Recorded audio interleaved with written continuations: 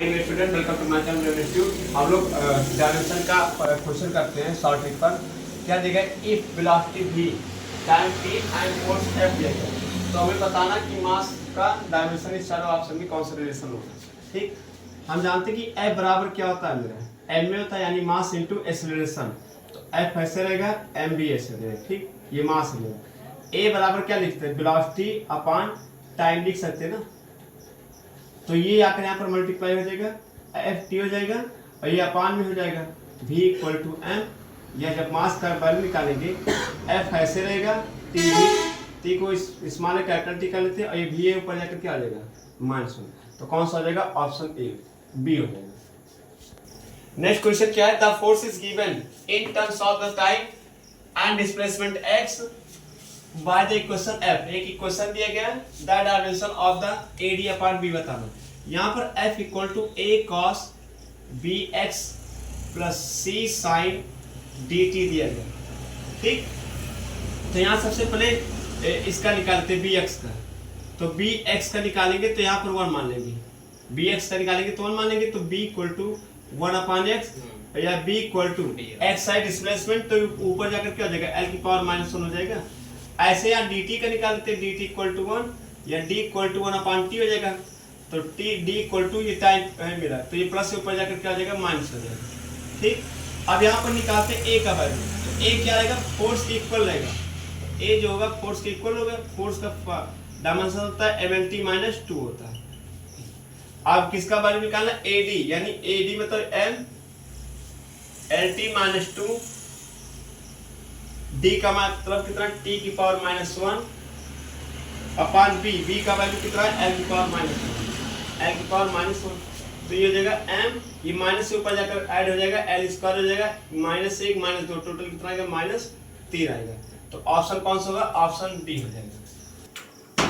Next question है क्या है? If E is the electron charge, electronic charge है, c is the speed of light in free space and h मेरा क्या है? Planck constant. हमें इसी का क्या बताना है? एक्सप्रेशन बताना है कि इसमें क्या होगा ये डायमेंशन। तो अगर ध्यान देखें, F इक्वल टू एक होता है मेरा force equal to 1/4πε Q1 Q2 charge के स्थान पर क्या दिया गया है? यहाँ पर इलेक्ट्रॉन दिया है, यानी Q1 Q2 को हम क्या मानेंगे? इलेक्ट्रॉन मानेंगे। तो ये हो जाएगा ई स्क्वायर अपान में डिस्टेंस का स्क्वायर होता है। तो यहाँ से ई स्क्वायर का वैल्यू फाइंड करेंगे। ये डायमेंशन इससे कोई मतलब नहीं था, ये इधर आकर मल्टीप्लाई हो जाएगा। एफ आर स्क्वायर बराबर ये हो जाएगा ई स्क्वायर। डायमेंशन में इसको हम निगलेक्ट कर देते हैं, इसलिए इसको लिख कर नहीं देते। तो इसी ई स्क्वायर का वैल्यू कितना आ गया? F R square. तो ई का वैल्यू लाकर हम यहाँ पर रख सकते हैं। ठीक, तो ये हो जाएगा मेरा कितना? 1/4πε को निगलेक्ट कर सकते हैं, इससे कोई मतलब नहीं। तो ई के स्थान पर क्या हो जाएगा? एफ आर हो गया। ठीक, अब एच सी कैसे आएगा? एनर्जी इक्वल टू होता है मेरा Hc अपॉन लैम्डा होता है। ये फोटॉन एनर्जी का जो होता है E equal to Hc upon lambda. तो यहाँ पर Hc का जब वैल्यू निकालेंगे तो E into lambda.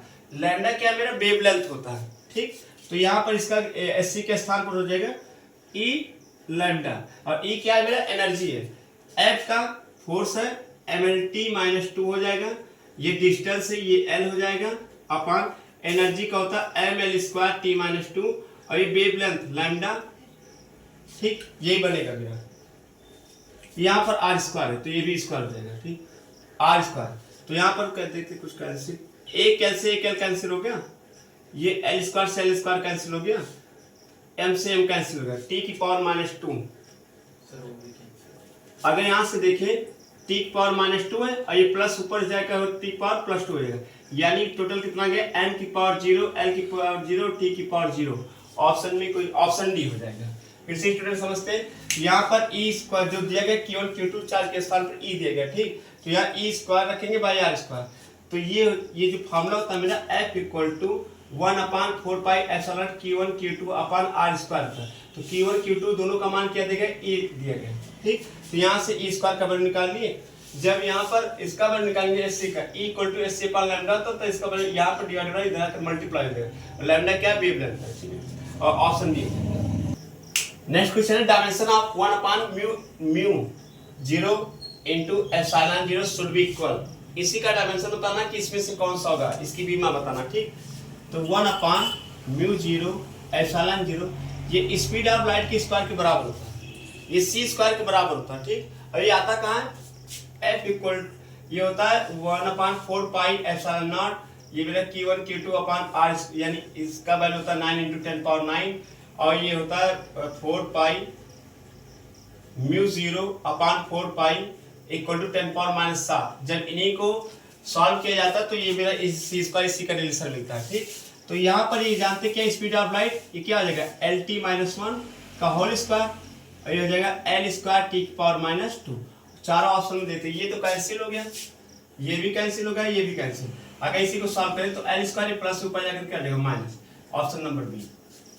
Next question क्या है, if force F, velocity V and time T are considered as fundamental physical quantity, then dimension formula of density. तो डेंसिटी इक्वल टू होता है क्या, मास अपॉन वॉल्यूम होता है, ठीक। तो यहाँ इसका जो आएगा m, वॉल्यूम को क्या करेंगे L से डिवाइड करेंगे तो प्लस से ऊपर जाकर क्या हो जाएगा माइनस हो जाएगा, यानी चारों ऑप्शन में जो ml - 3 मिलेगा वही ऑप्शन सही रहेगा, ठीक। तो ऑप्शन चेक करते हैं, लास्ट वाला ऑप्शन सही उठाते हैं, तो इसका फोर्स क्या हो जाएगा mlt-2 हो जाएगा, और ये हो जाएगा LT-1 की पावर, ये हो जाएगा -4 हो जाएगा, ठीक। और यहाँ पर कितना हो जाएगा t की पावर -2 होगा, तो यानी m LT की पावर -2, ये हो जाएगा L की पावर -4, t की पावर, ये माइनस माइनस प्लस हो जाएगा, t की पावर 4 हो जाएगा, और ये क्या हो जाएगा t की पावर -2। अगर ध्यान से देखिए ये -2 और ये -2 दोनों ऐड होगा, -4 बनेगा, तो ये -4 इससे पूरा कैंसिल कर देगा। अगर यहाँ से देखिए और बचा क्या m, बचा क्या m बचा है, यहाँ पर L की पावर L बचा है, और यहाँ पर क्या बचा है L की पावर -4 बचा है, यानी ml की पावर -3, ऑप्शन नंबर डी होगा। कहीं भी student density equal to mass upon volume होता है, तो ये m हो गया, वॉल्यूम क्या होता है 3 लेंथ होता है, तो इसलिए L³ हो जाएगा, ऊपर जाकर निगेटिव है। चारों ऑप्शन में देखेंगे कि ml माइनस की जिसका आएगा वही क्या देगा आंसर।